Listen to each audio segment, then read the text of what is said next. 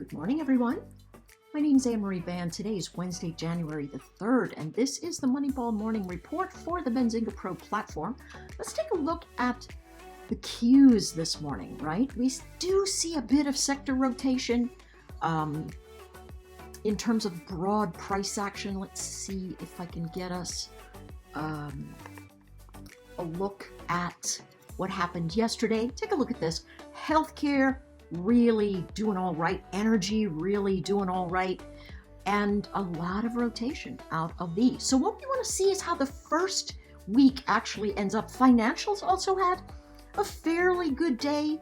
A few of the financial data events did not, but overall, capital markets, insurance, regional banks, diversified banks, all doing really well yesterday, and we'll have to see if that continues to hold up. I think it's going to be a really interesting rotation if we watch for this. So we'll be watching for some positions here. We're in an XOP.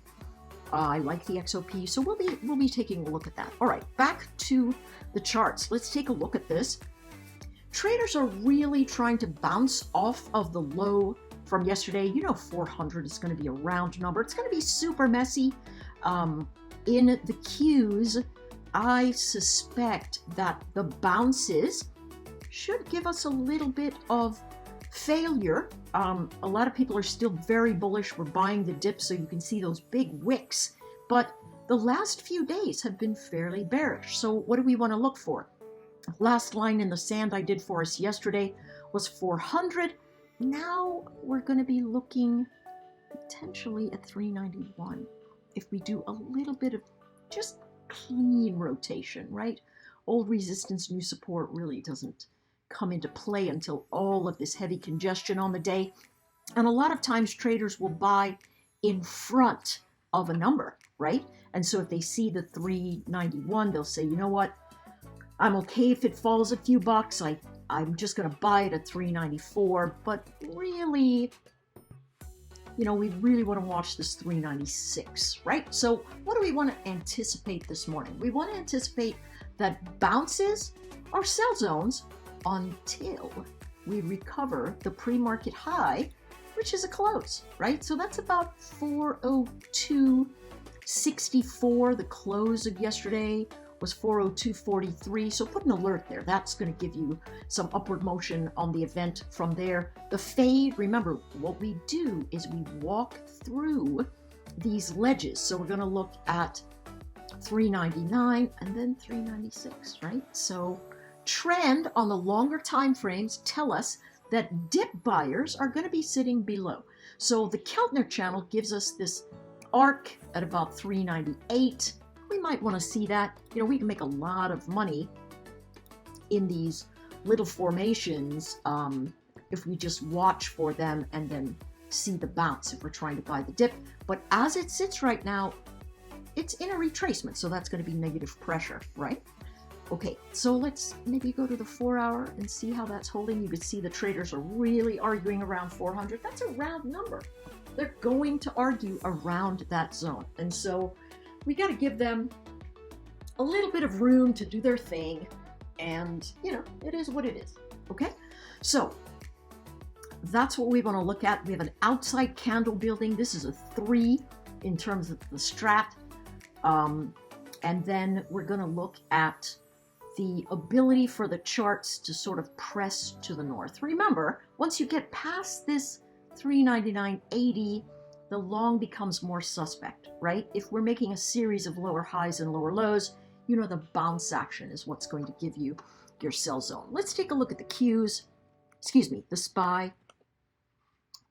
All right, taking a look at SPY, same kind of formation. They really are trying to hold this round number around 470, a little bit sticky. Again, don't try to short the low because there's been a lot of bullish action overall, right? And we're in heavy congestion. And so I still think we come down into this 468 area as it sits. We've got a little bit more pressure here. Volume is actually, still like holiday volume, right? It's not as low as this holiday volume, but certainly nothing dramatic, right? We see December 11th was the last high volume day. So let's anticipate that bounces give us sell zones.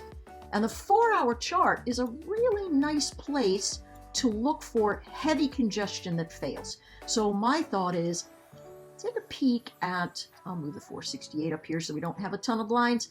Take a peek at the 472 zone.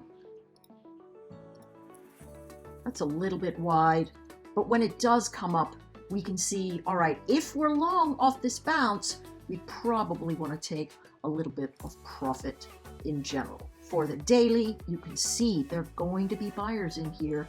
Don't short the low. You're going to expand your risk. Let it come down here, wait for the bounce, and then you'll see it. Notice that we are quite a bit stronger than tech in SPY right now, and so those 0 DTEs, the 1 DTEs, those are going to be looking really nice. If we get down to this area during the midpoint of the day, we can see there's a place where we could pick up a couple of those 0 DTEs and find our way back to the north, right? Because we are still very bullish. Everybody's buying these dips. There's been a lot of buying pressure around that 47.67 number. I noted that yesterday in the ES. So let's go over there next. Oh, you know what? I want to look at oil first.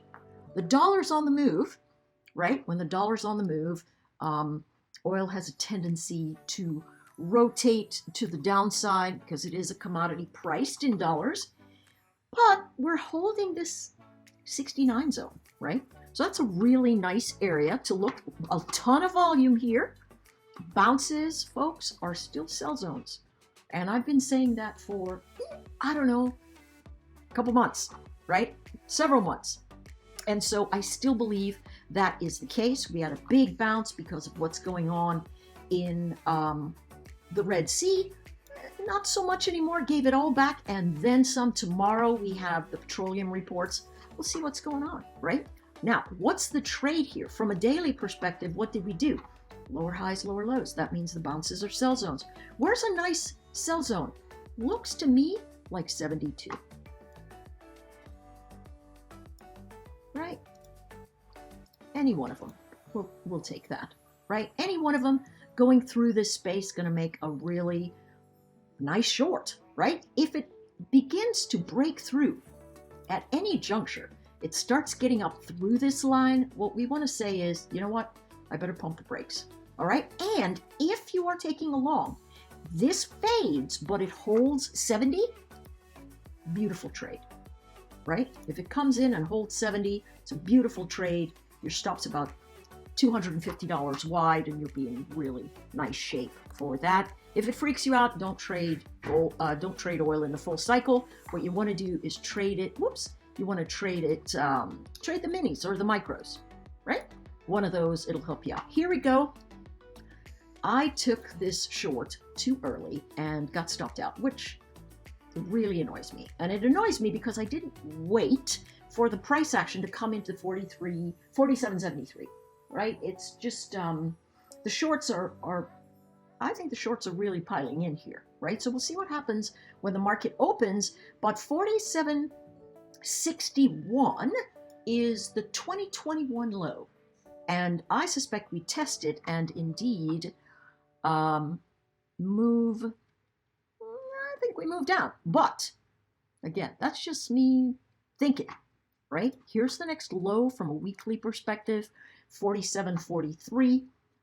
I think traders are really going to put in a battle right here at the 46.67 to 46.61. They're really going to try and bounce off that zone. So I'm going to wait for that for the next long to try and watch it over there. If it gets above 47.76, we'll have a fair bit more traction. All right? Okay, let's take a look at the NQ next.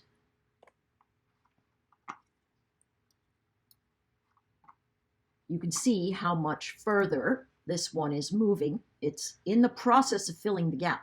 The gap is down here, 16,536. You know, 16,564 is the 2022 high, And so I think that's a pretty interesting number. Again, you know how the NQ moves, it can be pretty savage. Any bounces that do not breach 16,740 are going to be a beautiful sell. But because these ribbons are so green, and because we do live on tech, people are going to be trying to buy the dip. But I think there's going to be a little bit of a rotation here in terms of what's going on in the future. All right, watch these levels. I'm going to put an alert here on the daily, 16,536. Right, touch, breakthrough, or bounce.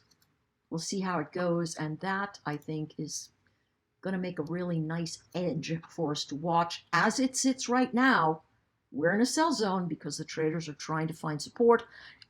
Ultimately, I think we head into this heavy congestion down here, but that remains to be seen. All right, take care, folks, and I'll see you on the platforms.